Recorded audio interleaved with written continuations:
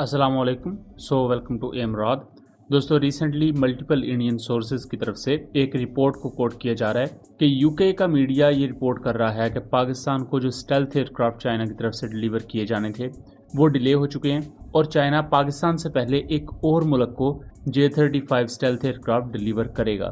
ये पाकिस्तान की एयरफोर्स के लिए एक बुरी खबर है अगर ये सच है, क्योंकि हम इसको एनालाइज करने जा रहे हैं। और दूसरा बात करेंगे कि इंडियन एयरफोर्स इतना ज़्यादा क्यों कंसर्न है J-35 को लेकर, और अब वो कंसर्न और परेशानी और ज़्यादा बढ़ती जा रही है इंडिया के लिए। मैं सबसे पहले आपको इंडियन डिफेंस रिसर्च विंग का ये आर्टिकल दिखाना चाहूँगा, जिसमें ये क्लेम कर रहे हैं कि यूनाइटेड किंगडम्स की एक मीडिया एजेंसी या उनकी एक डिफेंस मैगजीन, उसने ये क्लेम किया है कि पाकिस्तान एयरफोर्स को जो J-35 मिलेंगे वो उनकी डिलीवरी डिले हो जाएगी और उसकी जगह चाइना एक अननेम्ड कंट्री को J-35 सेल करेगा। अब बेसिकली ये एविएशन से रिलेटेड और डिफेंस से रिलेटेड एक मैगजीन है, जिसमें रिसेंट पाकिस्तान और इंडिया के इस कॉन्फ्लिक्ट को लेकर बात की गई है, पाकिस्तान और इंडिया के फ्यूचर प्लान्स को लेकर बात की गई है। वहां उन्होंने ये कहा है कि J-35 प्रोवाइड किया जाएगा एक अननेम्ड कंट्री को, जो कि पाकिस्तान नहीं होगा, बट उसकी उन्होंने कोई प्रॉपर टाइमलाइन नहीं दी।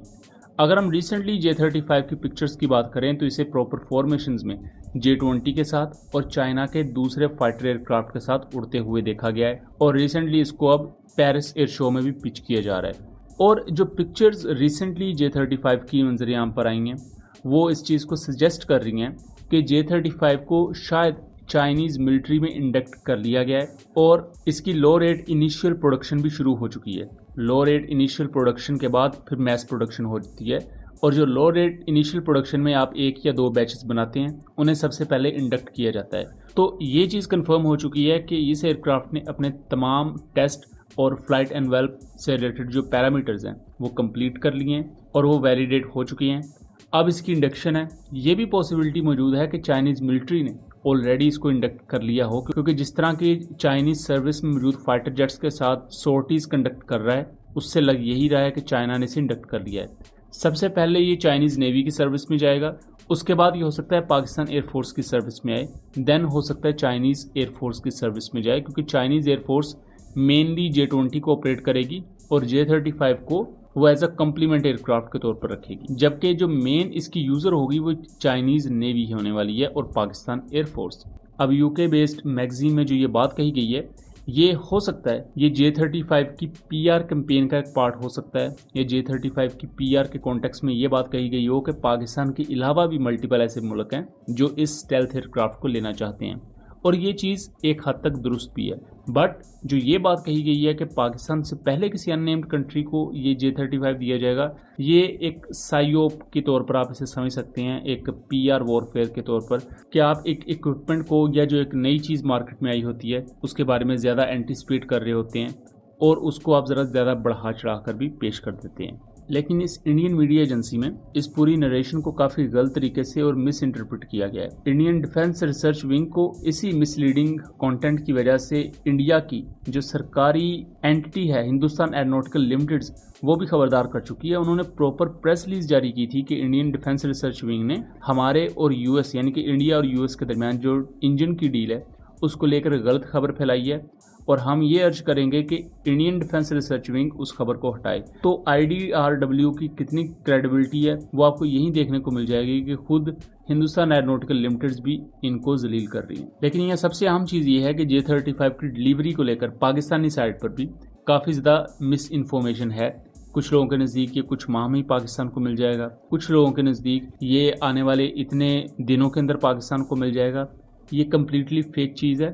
ये चीज़ पाकिस्तान और चाइना की अथॉरिटीज़ ही जानती हैं कि J-35 कब पाकिस्तान एयरफोर्स को मिलेगा। ये ज़रूर है कि जो एक रियलिस्टिक एनालिसिस है वो ये कहता है कि 2 सालों तक, 1.5 साल तक, या अगर बहुत जल्दी भी पाकिस्तान एयरफोर्स को मिले तो 1 साल हो सकता है। और पाकिस्तान एयरफोर्स के पायलट्स ऑलरेडी चाइना में मौजूद हैं जो J-35 पर ट्रेनिंग ले रहे हैं, तो ये तमाम चीज़ों को टाइम लगता है। इस वक्त जो ये बात कही जा रही है कि कुछ महीनों में मिल जाएगा, अगर ऐसा हो जाता है तो ये एक अपने आप में बहुत अनप्रेसिडेंटेड चीज़ होगी जो इंडिया को मज़ीद प्रेशर में डाल देगी। बट अगर रियलिस्टिकली देखा जाए तो 1 से 2 साल या हो सकता है 3 साल लग सकते हैं J-35 को प्रॉपरली पाकिस्तान एयरफोर्स में इंडक्ट होने में। लेकिन अगर इसे 2 से 3 साल भी लगें, स्टिल ये इंडिया के लिए बहुत बड़ा खतरा रहेगा, क्योंकि करंटली जब से पाकिस्तान और इंडिया का कॉन्फ्लिक्ट हुआ और इंडिया ये चाहता था कि अमेरिका पाकिस्तान पर पहलगाम अटैक का इल्ज़ाम लगाए और पाकिस्तान पर सैंक्शंस वगैरह लगाए, और यूएस ने वो नहीं किया।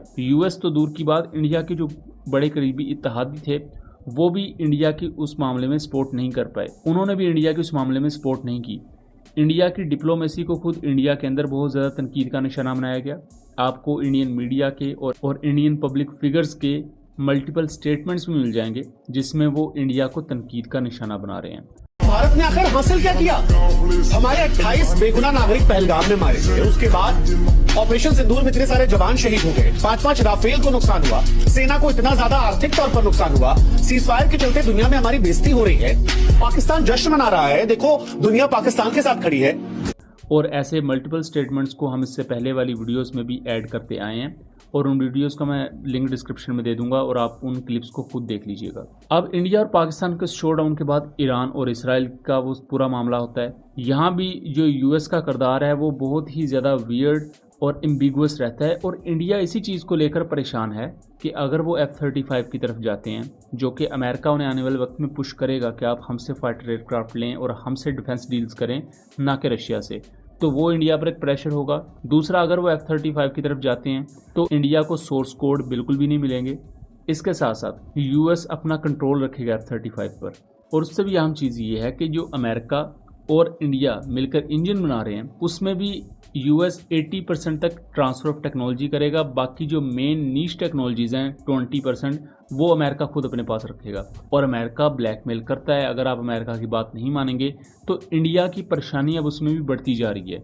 जबकि दूसरी तरफ रशियन ऑप्शन है, अगर रशिया से स्टेल्थ एयरक्राफ्ट लेते हैं तो जो अमेरिका के साथ डिफेंस डील्स हैं वो खतरे में पड़ जाएंगी। तो वहाँ इंडिया किस किस्म का बैलेंसिंग एक्ट अपनाता है वो भी देखना दिलचस्प होगा। सो दोस्तों, ये था एक एनालिसिस। उम्मीद करता हूँ चीज़ें क्लियर रही होंगी। वीडियो पसंद आई हो तो इसे ज़्यादा से ज़्यादा शेयर कीजिएगा ताकि इस तरह की मज़ीद इन्फॉर्मेटिव वीडियोस हम आपके लिए लेकर आ सकें। मिलेंगे अगली वीडियो में, तब तक के लिए अल्लाह हाफिज़।